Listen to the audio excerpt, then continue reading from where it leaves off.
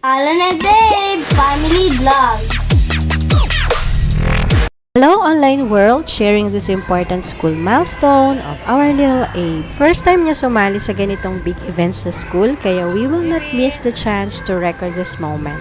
8 a.m. ang call time para sa mga participants and we made it sure na di kami malilate, not knowing na almost lunchtime pa pala yung parade ng mga preschoolers. Kaya ayan, nagutom na ang aming bibi. Then finally, pinag-line up na sila for the parade. Ang cute nila tingnan, no? Rick! Smile! Sa sobrang tagal ng paghihintay, kung kailan malapit na yung parade, saka naman nag-meltdown si Abe. Medyo relax pa siya ng mga oras na yan, pero nararamdaman ko na ang nagbabadyang paubos na pasensya at sensory overload. I tried my best para ma-divert yung attention niya sa iba, pero dahil sa sobrang dami ng triggers ay hindi tayo nagwagi.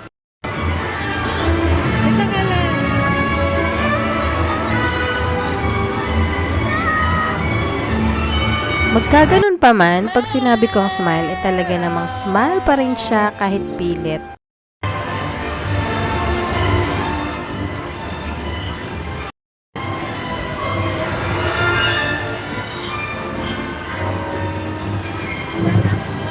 Oh, go na, go na!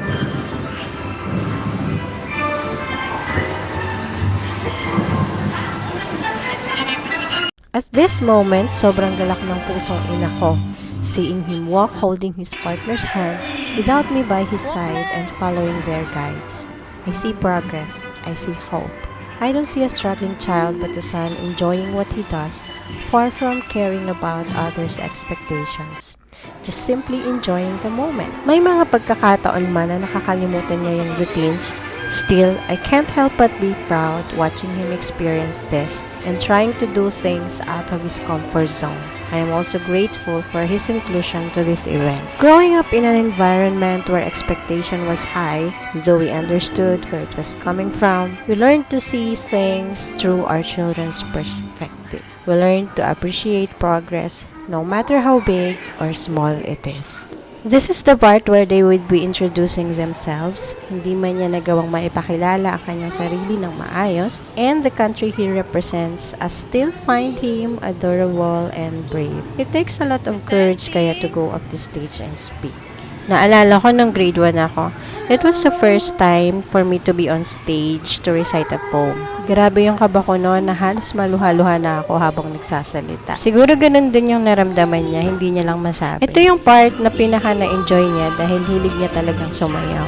Natutuwa ako niyan kasi kahit ilang araw siyang umabsent that time dahil nagkasakit siya, nakuha niya pa rin makasabay sa steps. Wala lang, ang sarap lang panoorin ng ating mga anak. Talaga namang mapapasabi ka na lang na ganito pala ang pakiramdam ng ating mga magulang noon. We're children just the same, and we all like to sing.